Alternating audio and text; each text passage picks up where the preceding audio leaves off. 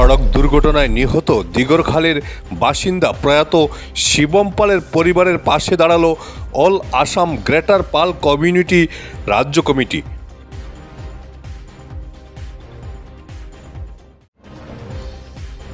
শুক্রবার রাজ্য সভাপতি বিপ্লব কান্তি পাল, আইনজীবী রত্নদীপ পাল, সমীন্দ্র পাল, দিব্যজ্যোতি পাল, দীপঙ্কর পাল প্রমুখ প্রয়াত শিবম পালের বাবা কৌরব পালের হাতে নগদ 20,000 টাকা তুলে দেন।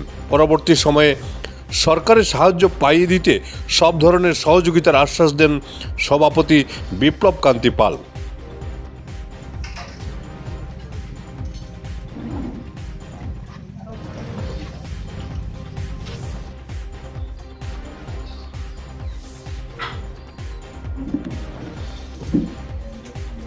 मेरे तरफ से एग्जाम है।